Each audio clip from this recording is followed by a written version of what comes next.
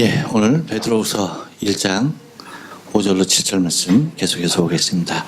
우리 다 같이 한번 인사합니다. 옆 사람 같이 하시고 앞뒤 사람 인사하실 때 오후에도 뵈니까 참 좋습니다. 인사합니다. 오후에도 뵈니까 참 좋습니다. 다시 한번 인사합니다. 네.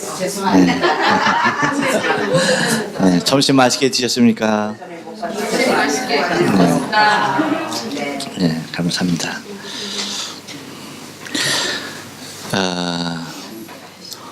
이제 오늘은 그 5절로 7절 사이에 있는 말씀 중에 이제 제일 마지막 부분에 해당하는 부분입니다.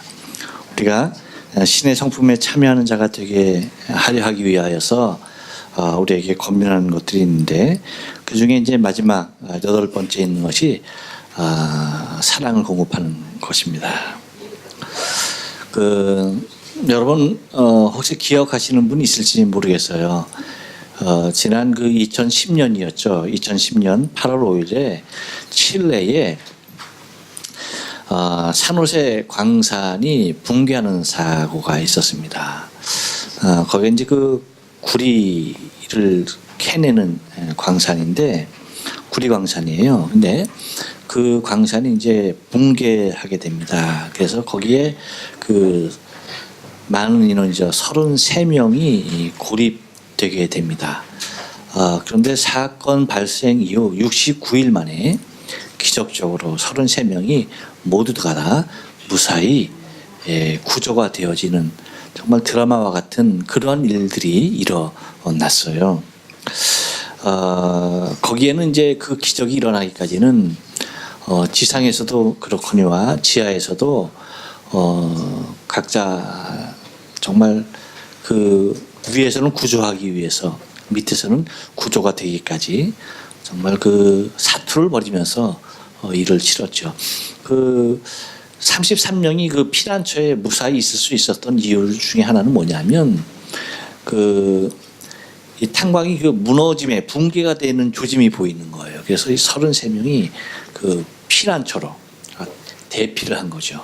그리고 이제 무너지게 되어지고 이제 나갈 길이 없는 거지 않습니까? 이제 위에서 구멍을 뚫고 내려와서 건져주는 것밖에는 소망이 없는 거예요. 근데 거기에 뭐 식량이 얼마만큼 있었느냐라고 한다면 10명이 이틀 정도 먹을 수 있는 식량밖에 없는 겁니다. 거기 몇 명 있었다고요? 33명. 33명이 이틀 그러니까 하루치도 안 되는 식량이죠. 33명이 하루치도 안 되는 식량밖에 없는 것인데, 거기에서 69일을 버티는 겁니다. 그러니까 얼마나 힘들었겠어요. 위에서 이제 그 붕괴되고 2주가 지나도록 위에서는 그 생존을 확인할 수 있는 모든 방법을 다 썼는데 확인할 길이 없는 거예요. 그래서 거의 모든 사람들이 이건 거의 구조의 가능성이 없다 싶었던 거죠. 그런데 어느 날 이제 계속해서 이제 그 구멍을 뚫지 않습니까? 그 구멍을 뚫는 그 드릴에 쪽지 하나가 붙어 올라온 거예요. 거기 뭐라고 합니까? 피난처에 33명이 다 피난했는데 모두 무사하다라는 그 희망의 메시지를 접하게 됩니다. 그래가지고 그때부터 막 본격적으로 이제 하여튼 세계 각국의 좋은 기술, 그리고 하다못해 나사의 기술까지 다 동원해서 이제 구조를 하게 되어지죠. 근데 그 사람들이 구조되기까지 붕괴한 날부터 69일이 지나서 다 모든 사람들이 다 구조에 이르기까지 처음부터 마지막까지 지상에서 한 일이 있습니다. 그게 여러분 혹시 뭔지 아세요? 붕괴되는 그 순간부터 마지막 한 사람이 구출되는 그 순간까지 끊이지 아니하고 계속해서 했던 것이 있습니다. 그것이 다른 게 아니에요. 뭘까요? 물론 이제 기도 다 했죠. 기도 다 했고요. 가족의 목소리, 다 했어요. 일단 그들이 지하에 있지 않습니까? 그러니까 정확하게 그들의 생산은 확인이 안 됐지만 그래도 살아있다라는 전제 조건에 의해서 무엇부터 하느냐면 산소 공급부터 하는 겁니다. 붕괴된 그것을 계속 처음부터 마지막까지 계속해서 산소를 공급함으로 말미암아서 거기에 살아있는 생명들이 보존될 수 있었던. 그러니까 처음부터 마지막까지 무엇이었다? 산소 공급이었어요.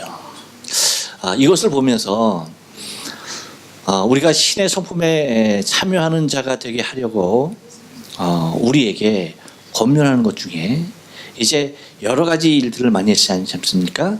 그 믿음의 덕의 지식을, 지식의 절제의 인내를, 인내의 경건의 형제의 우애를, 그 다음에 형제의 우애를 뭐로? 사랑을 공급하라. 예. 여러분, 어쩌면 우리는 우리의 그 신앙의 삶 가운데 사랑은 우리의 삶 순간순간, 그 어느 순간에도 공급되어야 할 가장 중요한 산소와 같은 것이 우리 신앙의 삶에 있어서 사랑이라고 하는 것입니다. 그러니까 한순간도 중단될 수 없는 것이 이 사랑이라고 하는 거예요. 왜냐하면 만약에 여러분 우리 인류에 있어서 하나님께서 우리를 사랑하시는 당신의 사랑이 단 한순간이라도 끊어진다고 한다면 우리 이 땅에 살아가는 우리 인생의 삶이 어떤 의미가 있을까?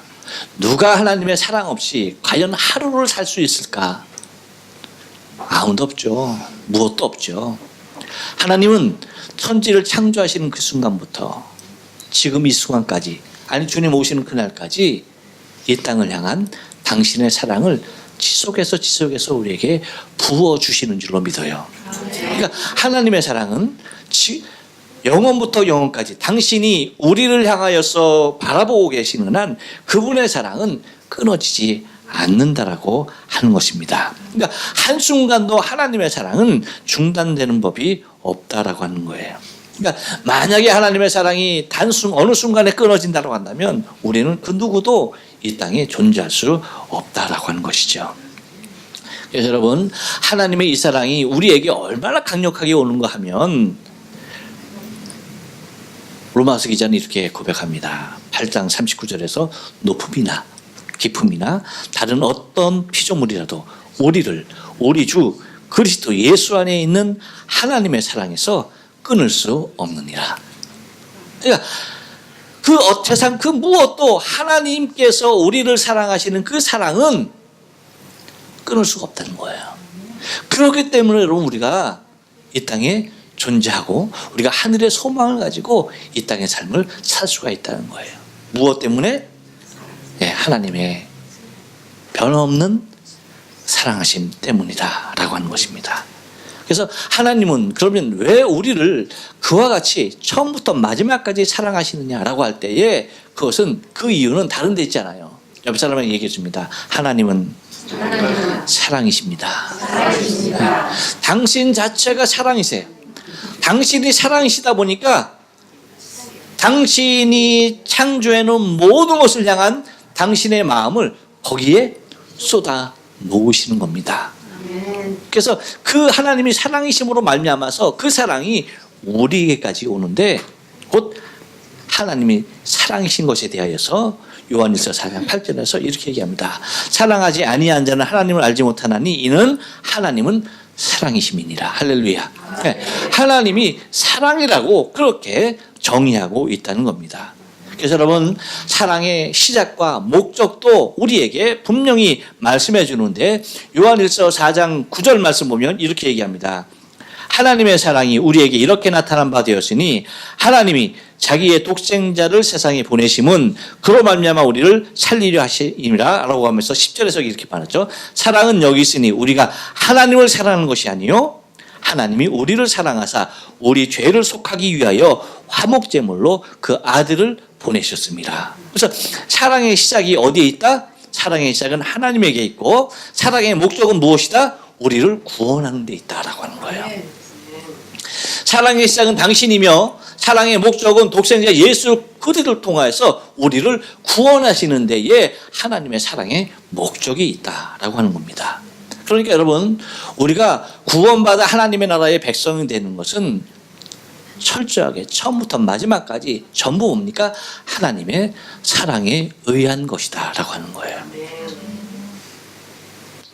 그래서 우리가 하나님의 자녀로서 하나님이 우리를 사랑하시는 그 사랑을 입은 하나님의 자녀로서 우리의 할 일 또한 뭐다라고 성경이 얘기하는 거니 사랑이라고 얘기하고 있는 거예요.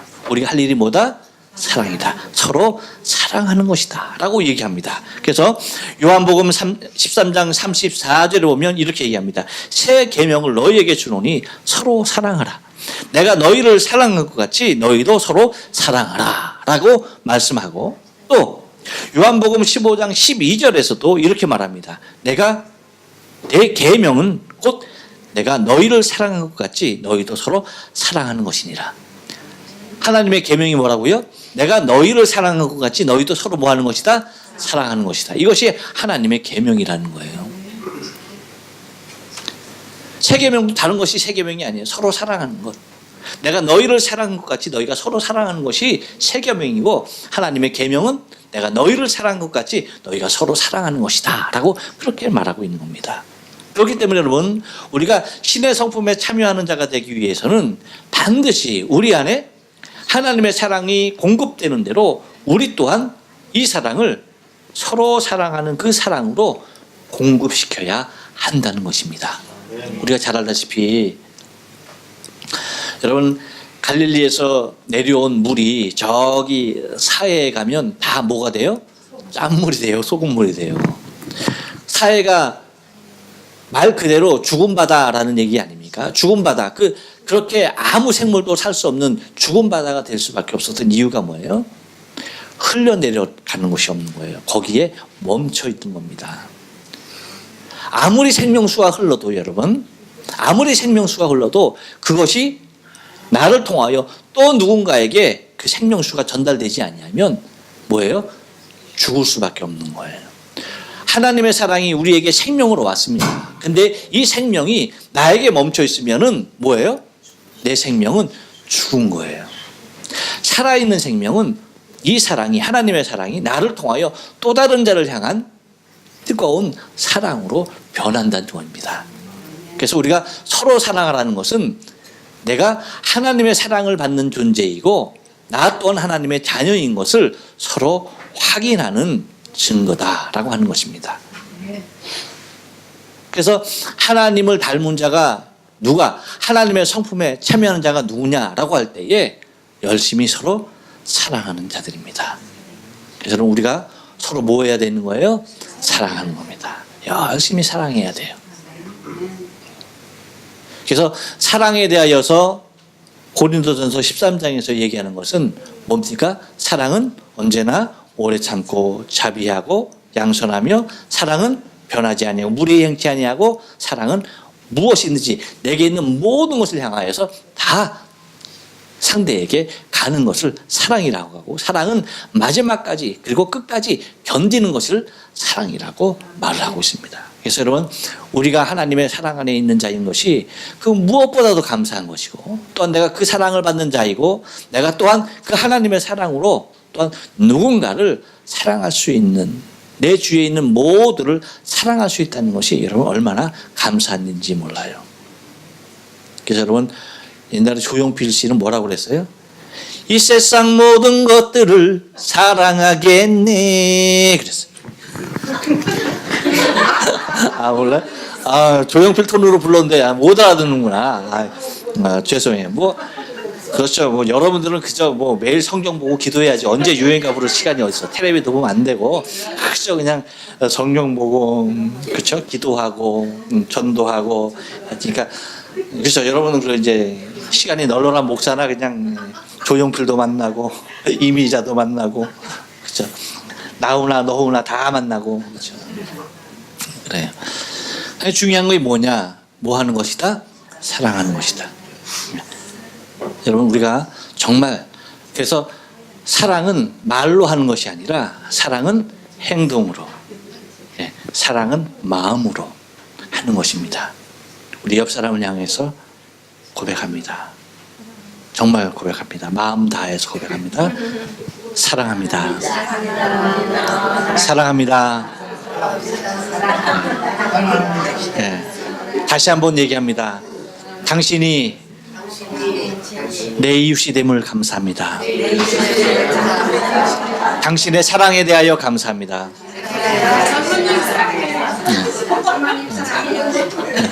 그래. 역시 우리 교회에서 제일 장로님 인기가 제일 많네. 뭐 장로님 다 사랑한다고. 그래 알았어. 예.